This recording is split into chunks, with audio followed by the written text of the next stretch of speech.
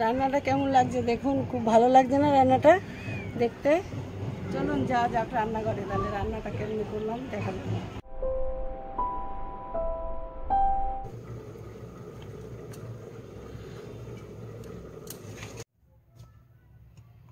ময়দা 1 চামচ,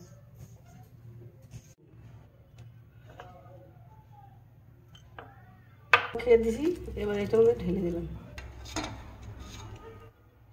নিচে একটা স্ট্যান্ড দিয়ে দিছি।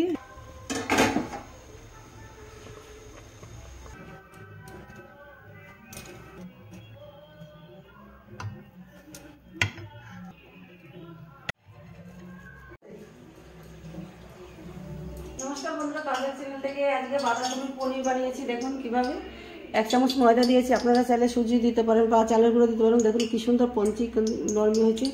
এবার আমি গোটা গোটা এটা ভেজে নেবো ডুবো তেলে, ভেজে তারপরে একটু তরকারি করবো। এটার মধ্যে আমি একটু পেঁয়াজ একটু রসুন দিয়ে দিয়েছি।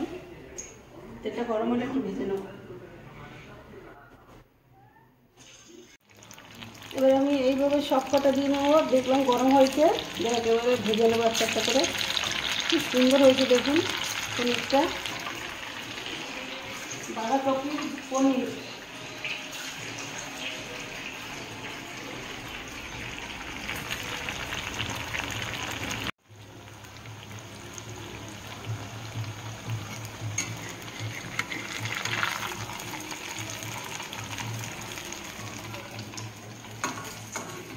দেখুন কি সুন্দর করে ভাজলাম, একটাও ভাঙে নাই। আমার বেসনে টেসনে কিছু লাগেনি কিছু করতে, ডাইরেক্ট দিয়ে দিয়েছি। ঠান্ডা করে পিস পিস করে কেটে নিয়েছি। এখন চাল করে আর 2 দিন কাজে লেগে হয়ে গেছে। পনিরটা আমার পুরো ভাজা হয়ে গেছে। এবার আমি ফোড়ন দেবো, 2টো তেজপাতা, জিরা। এবারে দেবো কাটা পেঁয়াজ। পেঁয়াজটাকে আমি লাল লাল করে একটু ভেজে নেবো।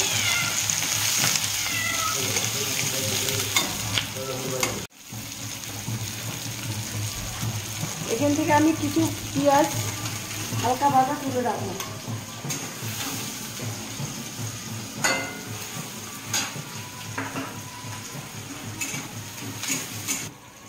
সিদ্ধ করা আলু,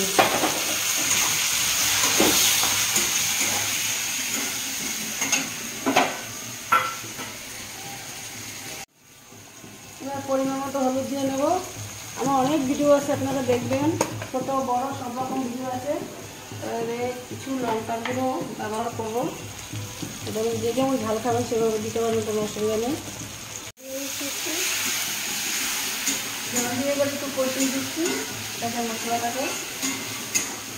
এর মধ্যে আমি একটু পাতি লেবুর রস দেবো, টমেটো দেবো না।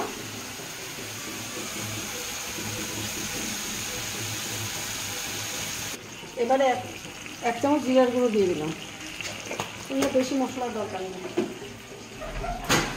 এবারে আমি নেড়ে নিচ্ছি। মশলা কষানো হয়ে গেছে, এবার আমি জল দিয়ে দেবো, অল্প জল দেবো। মাখা মাখা হবে এটা পনিরটা। এবার আমি পনিরটা দিয়ে দেবো। আশা করি এই রেসিপিটা আপনাদের খুব ভালো লাগবে। খাবার চ্যানেলটা দেখতে থাকুন, লাইক কমেন্ট শেয়ার করতে ভুলবেন না। আর ভালো ভালো রান্না দেখতে পাবেন, আমার প্রচুর রান্না আছে, আপনারা দেখবেন। দেখলে একবার আমার মতো করে যদি খান খুব ভালো লাগবে। এটা চাট মশলা, এটা একটু আমি দিয়ে দিলাম, সঙ্গে গরম মশলা আছে একটু মিক্স করা, মানে দারুণ লাগে এটা খেতে। হয়ে গেছে আমার রান্না। এবার এটা আমি ছাপ করে আপনাদের দেখাচ্ছি কেমন হলো।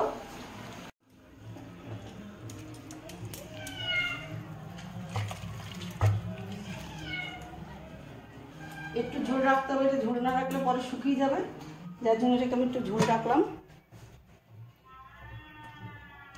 মশলাটা আমি মিলাই দিই নাই, কিন্তু এটা দেখতে ভালো লাগবে, খেতে ভালো লাগবে, তার জন্য মশলাটা করে দিই নি।